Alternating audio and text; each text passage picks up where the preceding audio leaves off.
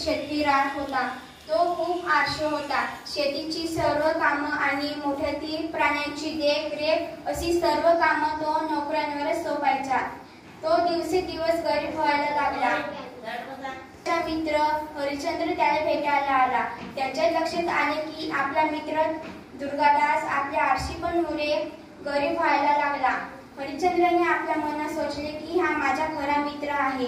मी याची मदत करेन आणि त्याला थोडीशी किंमत देणे आणि त्याला सांगितले की तू आपला व्यापार सुरू कर.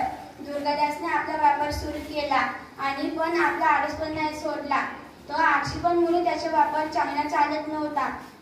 हरिश्चंद्राने त्याला एकदा सांगला, आळसपण सोड, आळसपण हा फारच वाईट गोष्ट आहे. दुर्गादासने असंच केला आणि आपला आळसपण सोडला. तात्पर्य, आळस हा माणसाचा सर्वात मोठा शत्रू आहे.